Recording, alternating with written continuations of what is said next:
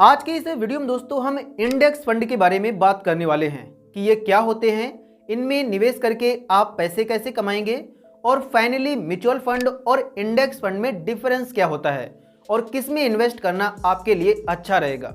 लेकिन क्योंकि मैं इतनी सारी चीज़ें बताऊंगा इसीलिए ये जो वीडियो है ये काफ़ी बड़ा हो जाएगा, पर आपको इसे बीच में स्किप नहीं करना है।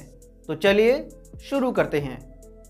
सबसे पहले दोस्तों हम जान लेते हैं कि इंडेक्स फंड होते क्या हैं। तो इंडेक्स फंड म्यूचुअल फंड के जैसे ही होते हैं, बस इसमें इन्वेस्टमेंट का फर्क होता है। म्यूचुअल फंड जो होते हैं वो एक्टिवली मैनेज किए जाते हैं, मतलब म्यूचुअल फंड के मैनेजर्स पहले रिसर्च करते हैं और उसके बाद अगर उनको कोई स्टॉक अच्छा लगता है तो वो उसे अपने फंड में ऐड करते हैं और फिर उसमें इन्वेस्टमेंट करते हैं। लेकिन जो इंडेक्स फंड होते हैं वो एक इंडेक्स को फॉलो करते हैं, जैसे निफ्टी 50 हो गया, निफ्टी बैंक हो गया, सेंसेक्स हो गया।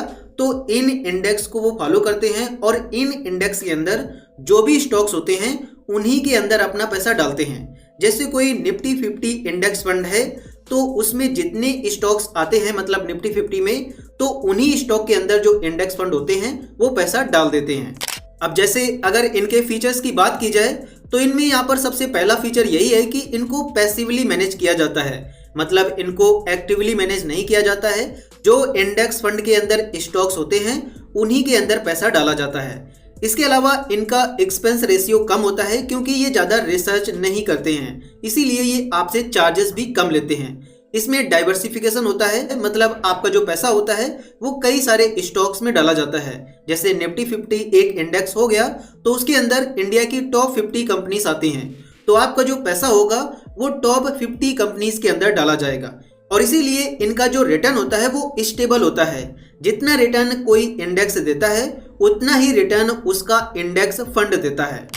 अभी मेरे सामने दोस्तों निफ्टी 50 इंडेक्स है, जिसमें आप देख सकते हैं कि इसने कितना रिटर्न दिया है। आप यहाँ पर देख सकते हैं कि इसने 1 वीक में 0.9% का रिटर्न दिया है। 1 मंथ के अंदर इसने 4.6% का रिटर्न दिया है और अगर 1 ईयर का देखा जाए तो 1 साल में इसने 25% का रिटर्न दिया है। मतलब अगर आपने किसी निफ्टी 50 इंडेक्स के अंदर अपना पैसा डाला होता तो उसमें 1 साल के अंदर आपको इतना रिटर्न मिल चुका होता, जो कि बैंक में पैसे रखने से कहीं ज़्यादा है। अगर आप बैंक में अपना पैसा रखते हैं तो उसमें आपको 2 से 3% का रिटर्न ही मिलता है। आप 5 साल का देख सकते हैं, अगर आपने 5 साल पहले निफ्टी 50 इंडेक्स के अंदर अपना पैसा डाला होता तो उसमें आपको इतना रिटर्न मिल जाता। और अब मैक्स पर क्लिक करके आप यहाँ पर और भी देख सकते हैं, जैसे 1995 में अगर आपने इसमें पैसा डाला होता कुछ भी तो उसमें आपको इतने % का रिटर्न मिलता। और इसके बाद अब आते हैं कि आप इंडेक्स फंड में पैसे कैसे डालेंगे। तो इसमें पैसे डालने का प्रोसेस दोस्तों बिल्कुल म्यूचुअल फंड की तरह ही होता है। आप SIP चालू कर सकते हैं, जिसके बाद हर महीने आपकी बैंक से जितने रुपए की आप SIP चालू करोगे उतने रुपए कट जाया करेंगे और वो इंडेक्स फंड में जमा हो जाया करेंगे। और इसके अलावा अगर आपके पास पहले से कुछ ज़्यादा अमाउंट है तो आप लमसम इन्वेस्टमेंट कर सकते हो, मतलब अपने सभी पैसों को एक साथ इसमें डाल सकते हो। इसके अलावा अभी दोस्तों मेरे सामने एक SIP कैलकुलेटर है, जिसमें आप जाकर पहले से ही ये कैलकुलेट कर सकते हो कि अगर आप किसी इंडेक्स फंड में हर महीने 5,000 रुपए इन्वेस्ट करते हो तो वो 10 साल बाद कितने हो जाएंगे। मान के चलते हैं कि आपने एक इंडेक्स फंड में 5,000 रुपए की SIP चालू की, मतलब हर महीने 5,000 रुपए आपके बैंक अकाउंट से कट जाएंगे और वो उस इंडेक्स फंड में जमा हो जाएंगे। और आप इस चीज़ को 10 साल तक करते हो। अगर आपने उसे 10 साल तक किया और मान के चलते हैं कि इसमें आपको 15% का रिटर्न मिलता है, हो सकता है कि आपको इसमें कभी 12% का मिले, लेकिन मान के चलते हैं कि एवरेज आपको 15% का रिटर्न मिलता है। तो 10 साल के बाद ये जो अमाउंट है वो यहाँ पर जितना हो जाएगा उसे आप यहाँ पर देख सकते हैं।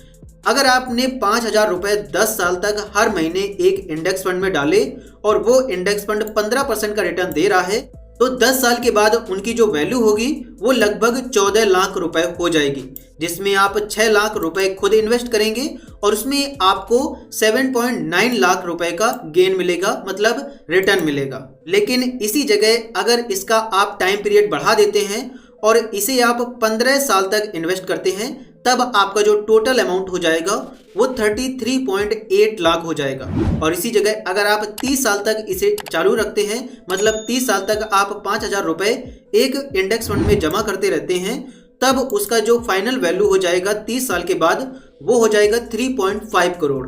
तो इस प्रकार से दोस्तों आप इस कैलकुलेटर में आके अपना रिटर्न भी कैलकुलेट कर सकते हैं। और अब आते हैं कि आप किसी इंडेक्स फंड में अपने पैसे कैसे इन्वेस्ट करोगे। इंडेक्स फंड में पैसे इन्वेस्ट करने के लिए दोस्तों सबसे पहले आपको एंजल वन ऐप के अंदर अपना एक डीमैट अकाउंट ओपन करना होगा और इसे आप घर बैठे फ्री में ओपन कर सकते हो। और कैसे ओपन करोगे इस पर मैंने ऑलरेडी एक वीडियो बना रखी है जिसकी लिंक आपको इस वीडियो के डिस्क्रिप्शन में मिल जाएगी।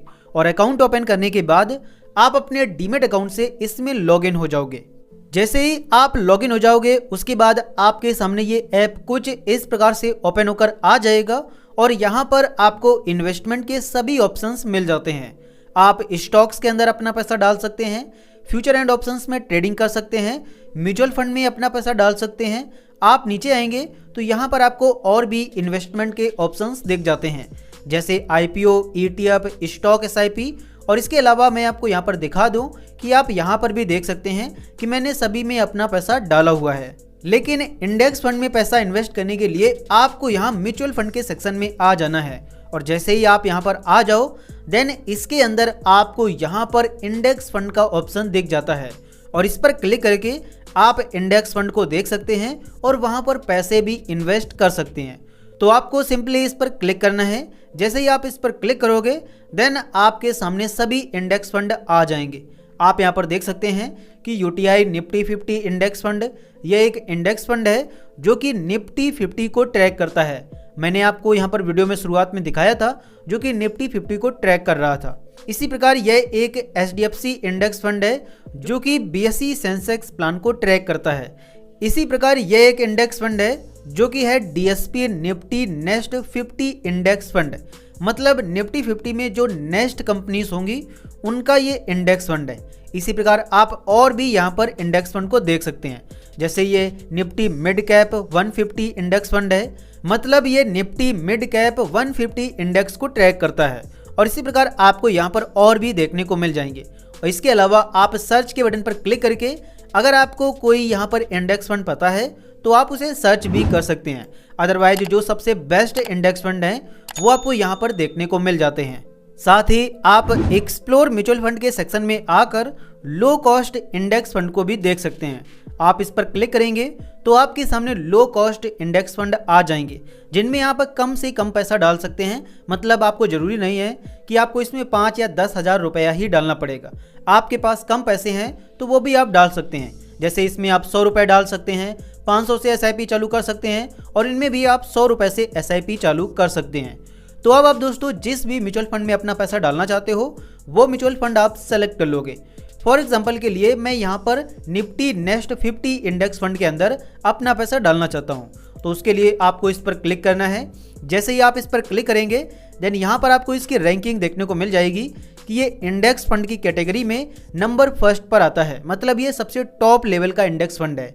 इसके बाद आप यहाँ पर इसका एनुअल रिटर्न देख सकते हैं, मतलब पिछले 3 सालों में ये हर साल 24.22% का एवरेज रिटर्न देता आ रहा है।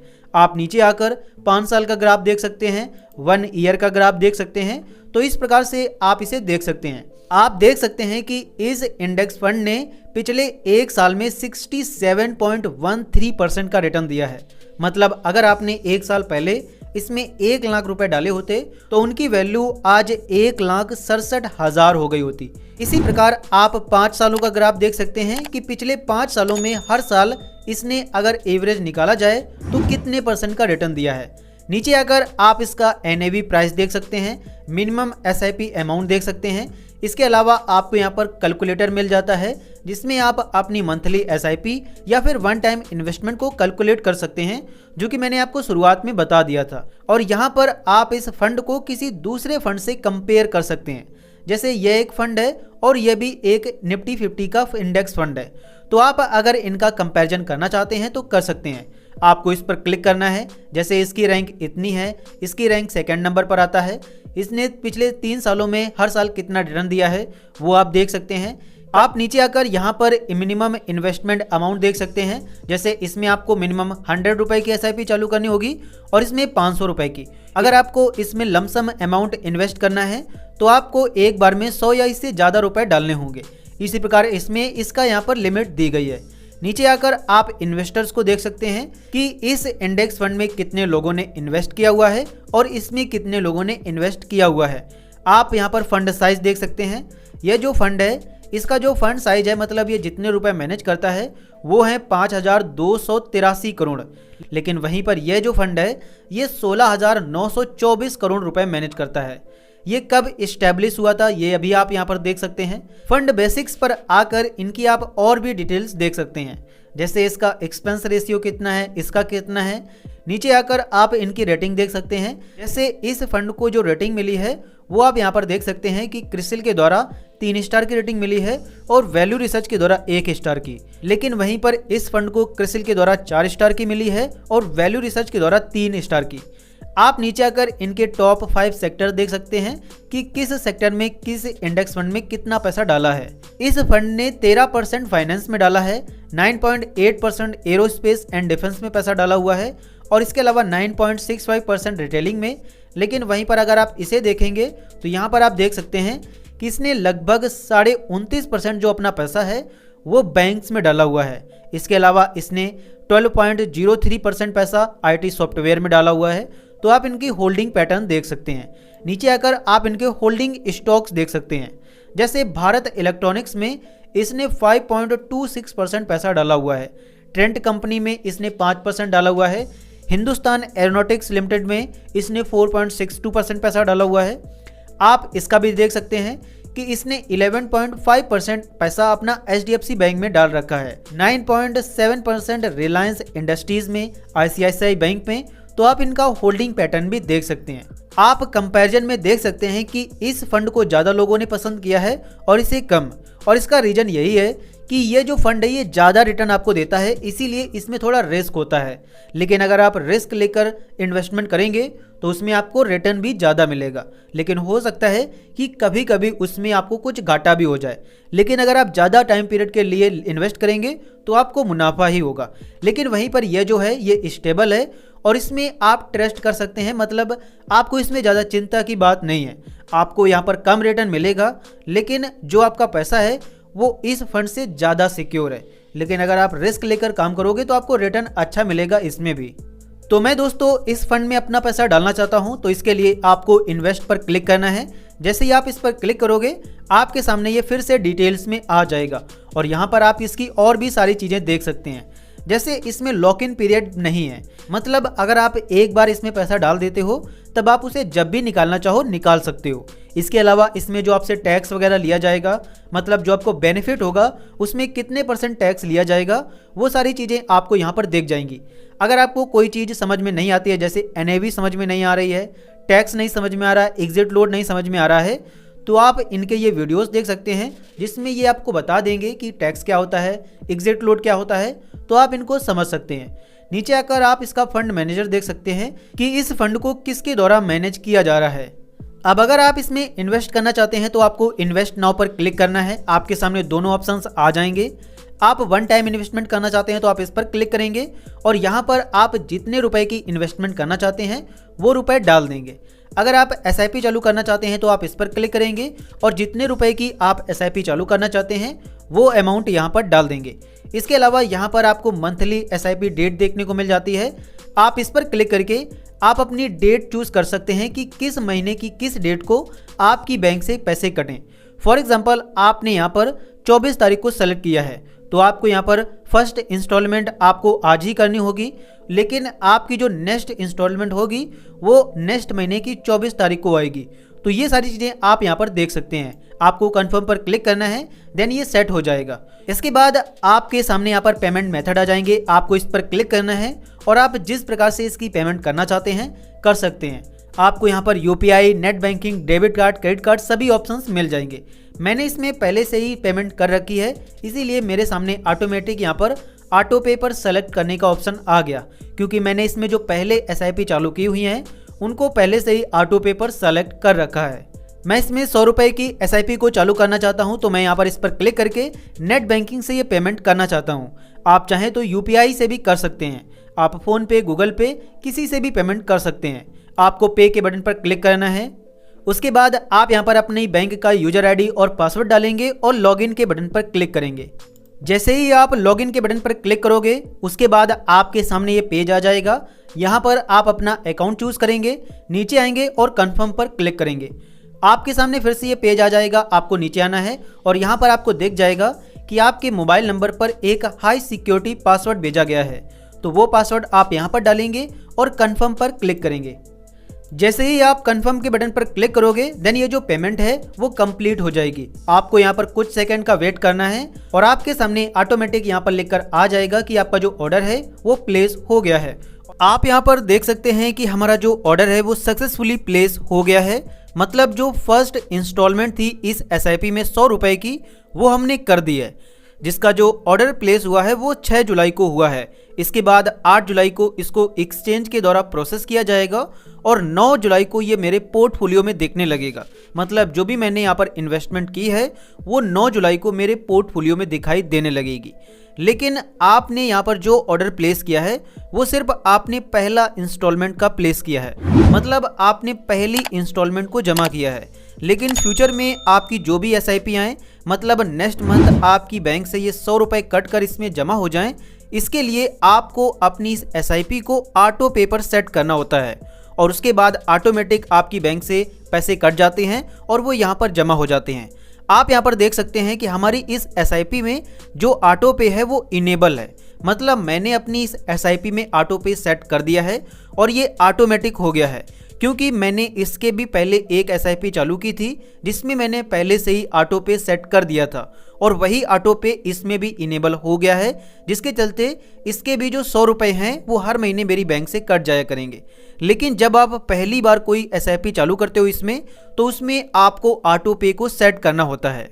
अब मेरा पहले से ही सेट हो गया है, इसीलिए मैं ऑटो पे कैसे सेट किया जाता है वो मैं आपको यहाँ पर नहीं दिखा सकता, लेकिन उस पर मैंने पहले से ही एक वीडियो बना रखी है और उसकी लिंक आपको इस वीडियो के डिस्क्रिप्शन में मिल जाएगी, जिसे देखकर आप अपनी SIP में ऑटो पे सेट कर लोगे। साथ ही आप YouTube पर सर्च भी कर सकते हैं कि SIP में ऑटो पे कैसे सेट करें एंजल वन ऐप के अंदर, तो आपको वीडियो मिल जाएगा और आप वीडियो को देखकर अपनी SIP में ऑटो पे चालू कर लोगे।